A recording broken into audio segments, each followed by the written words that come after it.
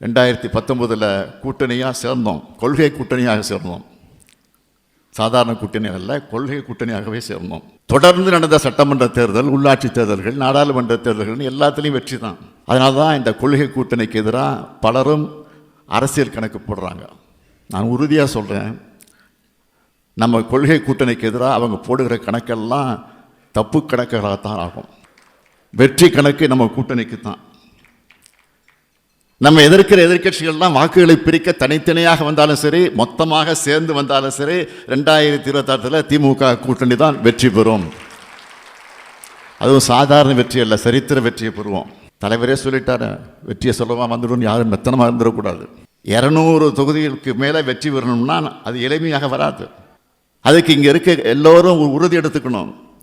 200 தொகுதியில் என்னுடைய சட்டமன்ற தொகுதி முதலாவதாக இருக்கணும். என் தொகுதி தான் அதிக லீடிங் தொகுதியாக வரணும்.